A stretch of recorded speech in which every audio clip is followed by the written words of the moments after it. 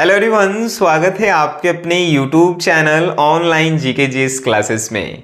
आज की यह क्लास जो है क्लास 12th साइंस वालों के लिए है और जिनका सब्जेक्ट केमिस्ट्री है उनके लिए और भी जो है ये वीडियो खास है, क्योंकि आज के इस वीडियो में जो है केमिस्ट्री के चैप्टर 3 जिसका नाम है वैद्युत रसायन, इंग्लिश में इलेक्ट्रोकेमिकल के नाम से जो है आप जानते हैं।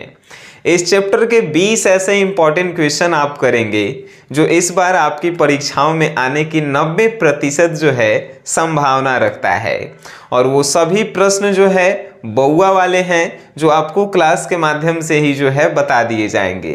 तो चलिए आज की इस सभा को जो है संबोधित करते हैं। इससे पहले हम 2 सभा को संबोधित कर चुके हैं, चैप्टर 1 केमिस्ट्री जिसमें 20 क्वेश्चन ऑलरेडी बता चुके हैं, चैप्टर 2 जिसमें भी 20 क्वेश्चन हम बता चुके हैं। आज जो है हमनी के कल्याण करेंगे चैप्टर 3 का। कोशिश रहेगा कि ये 20 क्वेश्चन आप जो हैं इस वीडियो देखने के बाद कंप्लीट कर लेंगे, कॉपी में अपने हाथ से लिख लेंगे। अब कैसे लिखेंगे, किस प्रकार लिखेंगे, कहाँ से इसका आंसर मिलेगा, वो सभी बातें हम बताएंगे इस वीडियो के जो है अंत में। चलिए शुरू करते हैं। आइए पहला क्वेश्चन ही है कि वैद्युत अपघटन से आप क्या समझते हैं सर? वैद्युत अपघटन से आप क्या समझते हैं बताइए। तो जब किसी यौगिक की द्रवित अवस्था या जलीय विलयन की अवस्था से विद्युत धारा प्रवाहित करवाकर रासायनिक अभिक्रिया करवाते हैं, उसी को हमनी के वैद्युत अपघटन कहते हैं या वैद्युत अपघट्य कहते हैं। चलिए आइए तनी आपको समझाते हैं। देखिए ये जो है एक बर्तन है, इस बर्तन में कोई हम यौगिक लिए, यौगिक जो है डैश डैश है। अब इस यौगिक में पहले हम क्या देंगे, विद्युत धारा देंगे। अब विद्युत धारा देके जब हमनी के रासायनिक क्रिया करवाएंगे तो उसे ही हमनी के कहेंगे वैद्युत अपघटन। बातें आपको समझ में आ गई। कोई बर्तन में यौगिक है और लाइन देके जो है हमनी के केमिकल रिएक्शन करवा रहे हैं। नेक्स्ट क्वेश्चन पे हम लोग चलते हैं। नेक्स्ट क्वेश्चन आपके जो है बउआ के तरह है कि प्रबल वैद्युत अपघट्य और दुर्बल वैद्युत अपघट्य में अंतर बताइए। चलिए पहले आप समझिए कि वैद्युत अपघट्य क्या है। देखिए वैद्युत अपघट्य क्या है, मान के चलिए ई जो है एगो विलयन है जेकरा में कि कोई यौगिक है आ एकरा से हम विद्युत धारा प्रवाहित करवा रहे हैं। आ जब विद्युत धारा प्रवाहित नहीं होता है यानी कि विद्युत का कुचालक होता है, कोई यौगिक है आ यौगिक से जब हम विद्युत धारा प्रवाहित करवा रहे हैं, आ विद्युत धारा का प्रवाह नहीं होगा तो ये पूरा जो है विलयन जानते हैं क्या कहलाएगा, वैद्युत अनअपघट्य कहलाएगा। लेकिन किंतु परंतु जब इस यौगिक से यानी कि एकरा में जो भी यौगिक है एकरा से विद्युत धारा प्रवाहित करवा रहे हैं आ ई जो है आर पार हो जा रहा है, मतलब कि ई यौगिक विद्युत का जब सुचालक होगा तो उसे हमनी के कहेंगे वैद्युत का तो अपघट्य कहेंगे। याद रखिएगा वैद्युत अपघटन और वैद्युत अपघट्य में काफी ज्यादा फर्क है। वैद्युत अपघटन आप क्या कहे हैं, तो जब किसी यौगिक में विद्युत धारा प्रवाहित करवा के रासायनिक क्रिया करवाते हैं उसी क्रिया को वैद्युत अपघटन कहते हैं। लेकिन वैद्युत अपघट्य उस यौगिक को कहते हैं जिससे विद्युत धारा आर पार हो जाता है, और नहीं अगर आर पार होगा तो वैद्युत अनअपघट्य कहेंगे। बातें आपके दिलों और दिमाग में जा रही होगी। अब जो है आपको हम समझाते हैं कि प्रबल वैद्युत अपघट्य का है और दुर्बल वैद्युत अपघट्य का है। चलिए समझाते हैं। ई जो है एगो बर्तन है, एकरा में कोई यौगिक के जो है हम वैद्युत अपघटन के विलयन लिए हैं, और जब एकरा से हम विद्युत धारा प्रवाहित कर रहे हैं तब प्रवाहित तो हो ही रहा है, तबे तो वैद्युत अपघट्य कहलाया। और जैसे ही विद्युत धारा प्रवाहित किए तो एकर जो विलयन है वो का तो पूरा के पूरा जब आयन में टूट जाएगा तो उसे हमनी के कहेंगे प्रबल वैद्युत अपघट्य। मतलब जितना एकरा में यौगिक है पूरा के पूरा आयन में टूटना चाहिए। अब आपके मन में एक प्रश्न आ रहा है कि सर आयन किसे कहते हैं? आयन, यानी कि जैसे पानी को जो है आप विद्युत धारा के अनुसार तोड़ते हैं तो दो गो आयन में टूटता है, एगो H+ और एगो OH- में टूटता है, मालूम है आपको। तो आयन कहते हैं जब कोई यौगिक जो है अपने आवेश युक्त यौगिकों में टूटता है उसे ही आयन कहते हैं। आई होप कि आपको ये बातें जो है समझ में आ रही होगी। ठीक है, तो चलिए, प्रबल वैद्युत अपघट्य किसे कहते हैं? तो जब किसी यौगिक से विद्युत धारा प्रवाहित करते हैं तब पूरा के पूरा कण जो है आयनों में टूट जाता है, उसे प्रबल वैद्युत अपघट्य कहते हैं। दुर्बल वैद्युत अपघट्य ठीक उल्टा है कि जब किसी यौगिक से विद्युत धारा प्रवाहित करते हैं तो ओकर कुछ कण ही आयनों में टूटते हैं, उसे दुर्बल वैद्युत अपघट्य कहते हैं। तबीयत खराब है, आवाज़ लो है, फिर भी हम खुश हैं और इसलिए पढ़ा रहे हैं कि हमारे तबीयत के वजह से कोनो के पढ़ाई डिस्टर्ब ना होके। ठीक है, बहुत सारे ऐसे लोग हैं जो हम ही पे जो है डिपेंडेंट है। जब डिपेंडेंट है भाई तो उस कर्तव्य को जो है हम ईमानदारी से निभाना चाहते हैं। चलिए, कोनो बात नहीं, जब हम इतना मेहनत कर रहे हैं, आप जब हमसे भी थोड़ा सा मेहनत ज़्यादा करेंगे, आपका रिजल्ट जो है पूरे बिहार में जो है सबसे बेहतर होगा। नेक्स्ट बातें हमनी के करते हैं। वैद्युत अपघटनी सेल किसे कहते हैं? भाई, ये वैद्युत अपघटन के क्रिया जो है आप एगो बर्तन में करवाए हैं, इसी बर्तन को वैद्युत अपघटनी सेल कहते हैं।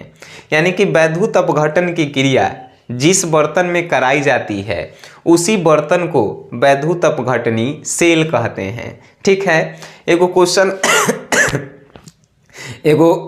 क्वेश्चन आता है कि वैद्युत रासायनिक सेल किसे कहते हैं? वैद्युत रसायन की अभिक्रिया जिस बर्तन में कराई जाती है उसे वैद्युत रासायनिक सेल कहते हैं। तो ये सब सेल जैसे ही नाम के पीछे जुटे तब बर्तन आपको याद आना चाहिए। ठीक है, चलिए अब हम बात करेंगे इलेक्ट्रोड क्या है, इसके कितने प्रकार हैं। ये एगो बर्तन है भाई, आप बर्तन में जो है एगो वैद्युत अपघट्य के विलयन है जिसे आप यौगिक कह रहे हैं। जब एकरा में हम दू गो छड़ डालेंगे, आ एगो छड़ को धन ध्रुव से आ एगो छड़ को जो है ऋण ध्रुव से जोड़ेंगे, ऋण मतलब माइनस, तो ये दोनों छड़ को ही हमनी के कहेंगे इलेक्ट्रोड। बातें आपको समझ में आई? इलेक्ट्रोड किसे कहते हैं? तो जब किसी वैद्युत अपघट्य के विलयन में छड़ को डाला जाता है और एगो छड़ को माइनस से और एगो छड़ को प्लस से जोड़ा जाता है तो यह छड़ को हमनी के इलेक्ट्रोड कहते हैं। बातें आपके दिलों और दिमाग में जाहिर सी बात है जा रही होगी। ठीक है, इसी में पूछा है यह कितने प्रकार का होता है? तो यह जो है दो प्रकार का होता है। एगो जो माइनस वाला होता है उसे हमनी के कैथोड बोलते हैं, जिसे हिंदी में ऋणोद भी बोलते हैं। एगो जो प्लस वाला होता है उसे एनोड बोलते हैं, जिसे हिंदी में धनोड बोलते हैं, यानी धनात्मक। ठीक है, तो ये बात जो है क्लियर हो गई। अब आपके जो है मन के एगो और प्रश्न है, एगो क्वेश्चन बैंक में क्वेश्चन पूछा था, इलेक्ट्रोड और इलेक्ट्रोड विभव को जो है परिभाषित कीजिए। इलेक्ट्रोड तो आप बता देंगे कि इलेक्ट्रोड का होता है, तब वैद्युत अपघट्य के विलयन में जो दो गो छड़ डाला रहता है उसी छड़ को इलेक्ट्रोड कहते हैं। लेकिन इलेक्ट्रोड विभव का होता है, तो इलेक्ट्रोड पे विभव जो उत्पन्न होता है उसी के मान को इलेक्ट्रोड विभव कहते हैं। बउआ वाला सभी जो हैं इसके आंसर हैं, हम आपको शुरू में ही बताए थे। अब आपके मन में एगो प्रश्न है कि सर आप इतना आसान भाषा में बता रहे हैं, का इतना आसान भाषा में हम लिखेंगे तो नंबर मिलेगा? जाहिर सी बात है, अगर आपसे कोनो पूछे कि आपके पिताजी का नाम क्या है, तो आपके पिताजी का नाम अगर राम नाम है तो आप राम ही बताएंगे। कहाँ से 5 पेज में उसका आंसर लिखेंगे? नहीं लिख सकते हैं ना। जितना क्वेश्चन पूछे उतना ही उसका जो है आंसर देना है। ठीक है, चलिए नेक्स्ट क्वेश्चन है, फैराडे के नियमों को लिखें। देखिए, फैराडे के दो गो नियम है और फैराडे के नियम जो है एग्जाम में नहीं आए ऐसा हो नहीं सकता है। तो फैराडे के क्वेश्चन जो है अलग अलग प्रकार से पूछे जाते हैं। हमने यहाँ पे लिखा है फैराडे के नियमों को लिखें। क्वेश्चन ऐसे भी रहता है, फैराडे के प्रथम नियम को लिखें, फैराडे के द्वितीय नियम को लिखें। ऐसे भी क्वेश्चन रहता है कि फैराडे के वैद्युत अपघटन के लिए प्रथम नियम लिखें, फैराडे के वैद्युत विच्छेदन के लिए प्रथम नियम लिखें। बात एक के होता है, बातें आपको समझ में आ रही है। फैराडे के वैद्युत अपघटन के लिए द्वितीय नियम लिखें, यानी फैराडे के नियम लिखने के लिए ही कहता है वो। बातें आपको समझ में आई? तो चलिए अब हम लोग बात करते हैं। देखिए फैराडे के जो है प्रथम नियम क्या कहता है। फैराडे के प्रथम नियम कहता है कि किसी वैद्युत अपघट्य के विलयन में इलेक्ट्रोड पे जो पदार्थ मुक्त होता है तो इससे प्रवाहित होने वाली विद्युत धारा जो है यानी विद्युत आवेश वो पदार्थ के जो है समानुपाती होता है। फिर से आप समझिए, किसी वैद्युत अपघट्य से जब विद्युत धारा हमनी के प्रवाहित करते हैं तो इलेक्ट्रोड पे जो पदार्थ इकट्ठा होता है वो केकर समानुपाती होता है, तो एजा से कितना आवेश आर पार हो रहा है उसके समानुपाती होता है। आप नहीं समझें, अब जो है हम लिखेंगे m समानुपाती q। अब आप कहेंगे सर m का है, m जो है ये पदार्थ के मात्रा जो है बताता है कि इलेक्ट्रोड पे कौन पदार्थ कितना इकट्ठा हुआ है, आ q मतलब आवेश, यानी कितना जो है आवेश एकरा से आर पार हो रहा है। तो फैराडे के यही नियम है।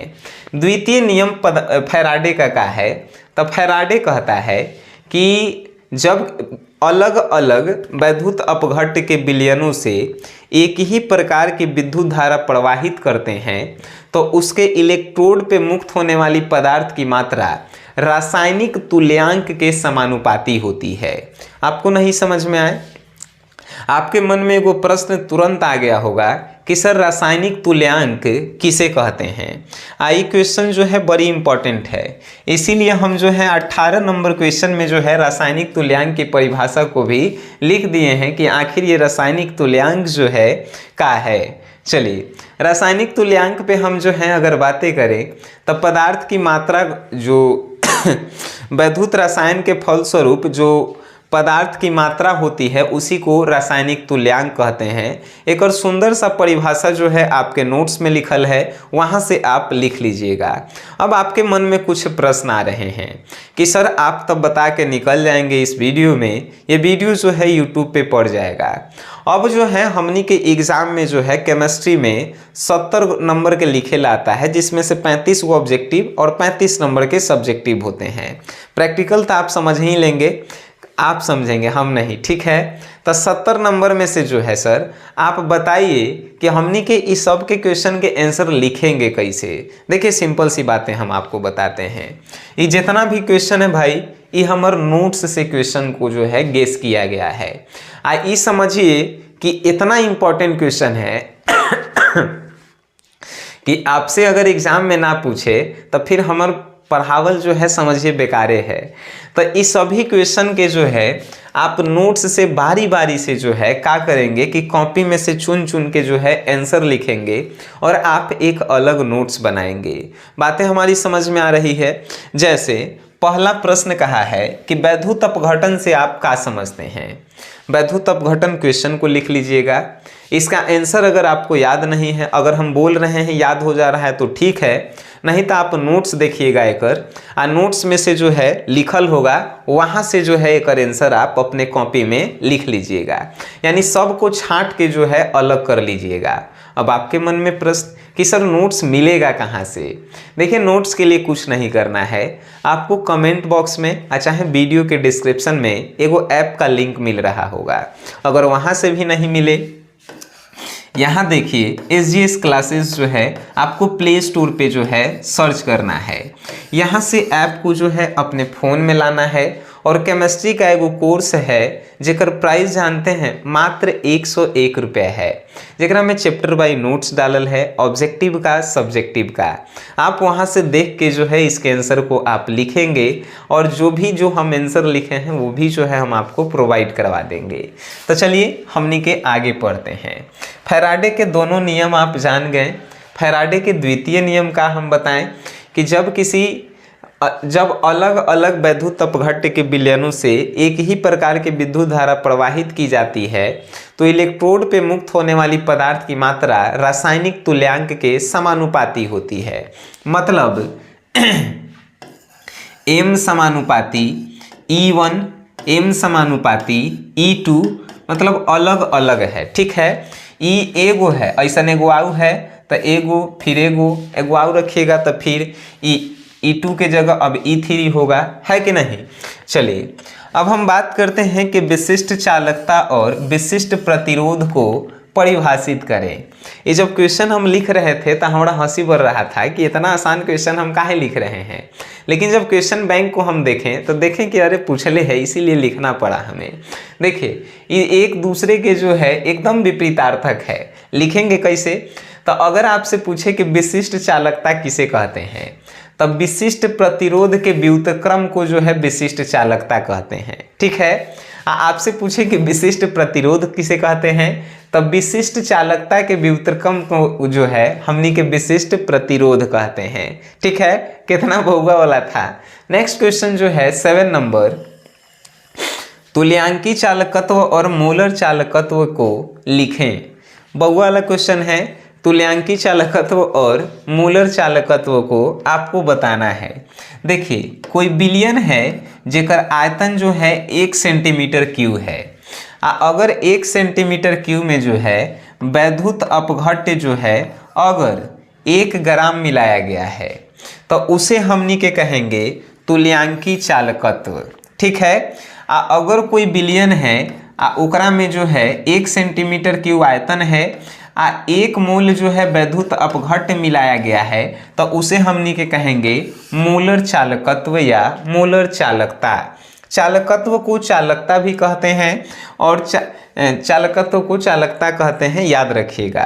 तो ये सब बातें जो हैं आपके दिलों और दिमाग में जो है छप जानी चाहिए, ठीक है। अब जो है हम आगे पढ़ेंगे, कोलरॉस का नियम लिखें। आखिर ये कोलरॉस का नियम है क्या, तो कोलरॉस एगो वैज्ञानिक थे जिन्होंने अपना एगो नियम दिया। वो नियम का दिए थे कि इलेक्ट्रोड पे मुक्त होने वाली जो इलेक्ट्रोड पे मुक्त होने वाली पदार्थ की जो मात्रा होती है वो धनायन और ऋणायन आंशिक आवेशों के जो है योगफल के बराबर होती है। ये नोट्स में बड़ी बढ़िया से लिखे हैं। लिखे कैसे होंगे, जैसे देखिए लेमडा बराबर लेमडा प्लस लेमडा माइनस, ये जो है कोलरॉस के जो है नियम है। ये बतवा जो है आपको एक बार परिभाषा में लिखना है, फिर जाके जो है ये आप लिख दीजिएगा।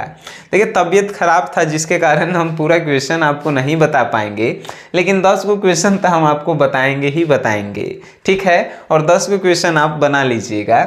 9 क्वेश्चन है कि विद्युत रासायनिक सेल की व्याख्या करें।